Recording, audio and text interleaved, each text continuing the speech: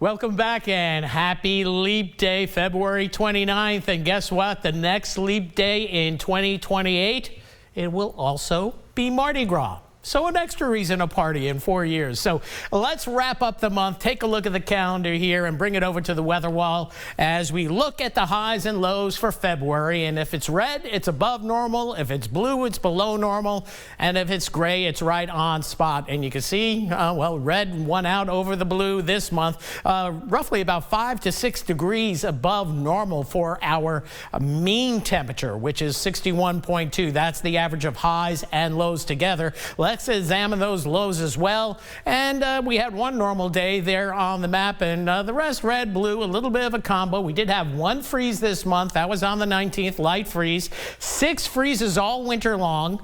And actually, one of them wasn't in winter. It was on November 2nd where we hit 32 degrees. We had no freezes in December. And then January, we had that deep freeze with back-to-back nights in mid-January of 18 degrees in Lafayette. So overall, the winter, if you add it all up, was a little bit above normal temperature-wise and was also above normal rainfall-wise, even though this month we only had about 2 inches of rain, and most of it came at the beginning of the month. We've been very dry, but we do have some rain in the forecast for tonight, tomorrow, obviously, and then more as we head into next week. So there we go. We took care of the almanac and the climatological data, and here's your rain chances moving forward. High rain chance at 80% overnight tonight if we had the Bard be up here. A break this weekend, and then the next weather maker coming in late Monday. Looks like Monday night is what we're going to key in on, and the threat of some pretty hefty storms with that system, and more rain chances as we go deeper into next week. So it's an unsettled pattern, active subtropical jet stream, this one being ignited by an upper low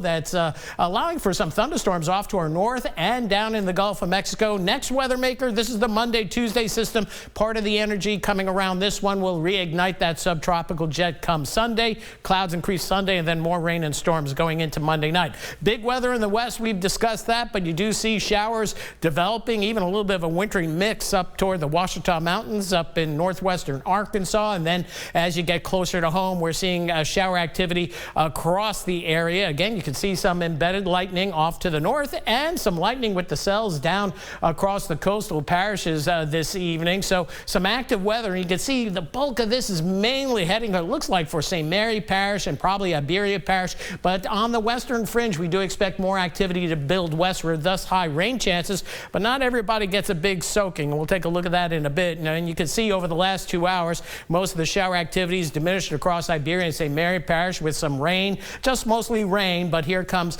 the heavier activity offshore with a fair bit of cloud-to-ground lightning as well. Not expecting severe weather nor heavy rainfall, but you can see some of those heavier showers working their way toward Chaffalaya Bay, perhaps Vermilion Bay, and there we have the cloud, in this case, water lightning showing up, and some pretty active downpours. So some folks are going to catch maybe an inch or a half inch or an inch and a half of rain, and others not a whole lot. So this is the way it's going to go overnight tonight. The latest HERM model here showing the bulk of the heaviest rains eastern Louisiana, just about from Acadiana on eastward. It's going to be drier to the north and west. Showers diminish first thing tomorrow morning. We have 60% for tomorrow, but it's mainly morning hours. Most of the day looks okay, mostly cloudy. Temperatures low to mid 60s tomorrow, maybe a sprinkle or two.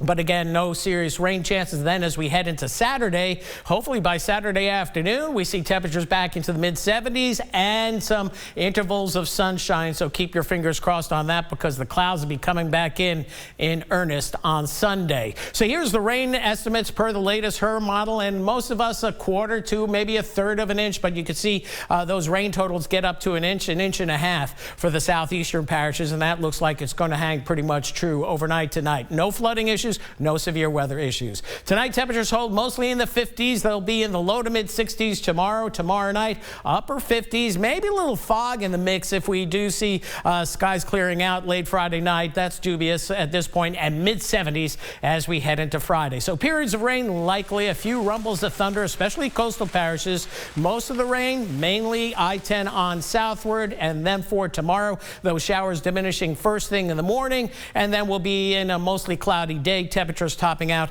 at 65 degrees. Rain chance 60% early, but dropping to about 20% for the latter part of the afternoon.